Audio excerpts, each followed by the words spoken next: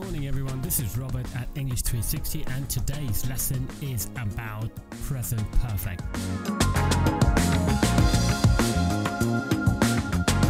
I don't normally do lessons on grammar, but some of my students are struggling to understand the difference between different tenses. So today we're talking about the present perfect and how it is used in the English language.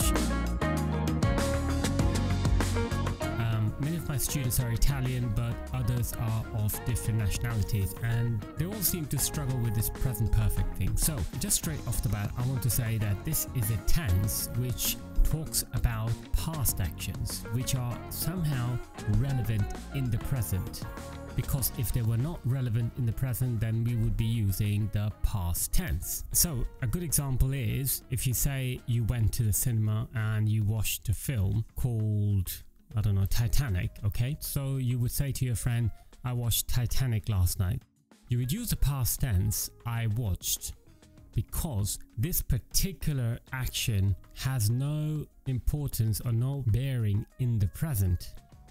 It doesn't matter in the present. You're just telling your friend because you want to have something to talk about. However, it's a totally different ball game. If your friend wants to watch the Titanic and because you have already watched it, you don't want to watch it again maybe. So you will say to your friend, I have already watched Titanic, so let's watch something else. In this case, you will use the present perfect because the fact that you have watched that film is important in the present because you don't want to do it again. So you see, the same action can be talked about with the past simple if it has no importance. For example, hey, oh, what did you get up to last night? And your friend will say, well, you know, we watched the Titanic.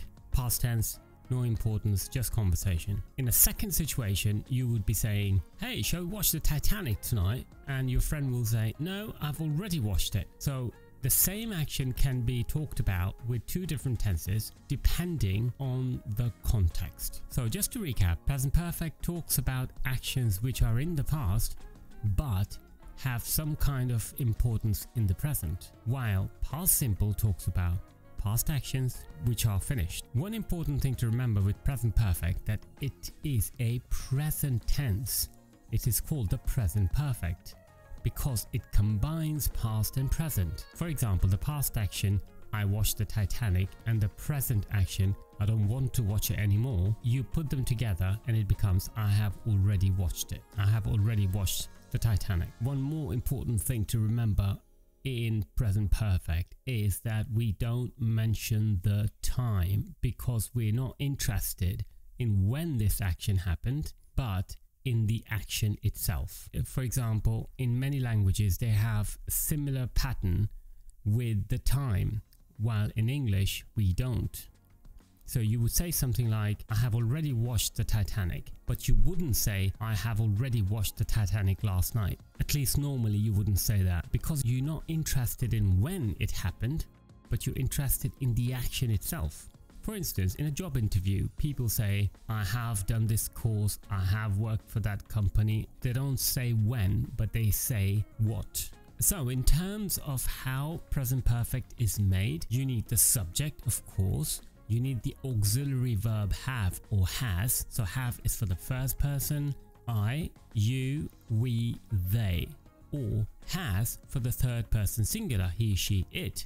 Then you need a verb in the past participle, the third form. For example, forgotten, broken, or if it's a regular verb, done, finished, etc. It very much depends on the verb, yeah? As you know, the regular verbs have the same form in the past participle, so you don't have to think too much about that. But irregular verbs can have two different forms. So words like drink has drank and drunk, while buy has the same word, buy, bought, bought. So you need to remember that. So the form is subject plus have or has plus verb in the past participle and the rest of the sentence. In the questions, you will turn the verbs around. You will say, have you forgotten your homework? Have you forgotten your bag home? Or has she done her work, for example. In terms of pronunciation, you need to remember the auxiliary have or has in positive sentences get compressed. For example, you will say, I've already watched this film. or I've watched this film, or I've finished my homework. So I have becomes I've finished my homework, I've been there, I've done that. Yeah, so do pay attention to how the words change in spoken English, because that is a fundamental part of learning how to speak English. I hope this makes sense. In the next podcast, I will talk about different adverbs that you can use with the present perfect. Okay? Have a great day, and do check out our e-learning platform, which is english360.brtschool.co.uk. We'll be uploading some activities to do with present perfect for students who are not sure about that, and they can then test themselves and find out if they really understand this particular grammar tense. There are other courses for first certificate, for IELTS, and if you are doing one of those exams, do go ahead and give it a try. So that's pretty much it for now. It's a wonderful day. It's fairly early in the morning. Please leave a comment in the comment section if you have a question, if you don't understand it, okay? I will get back to you. Have a great day and peace.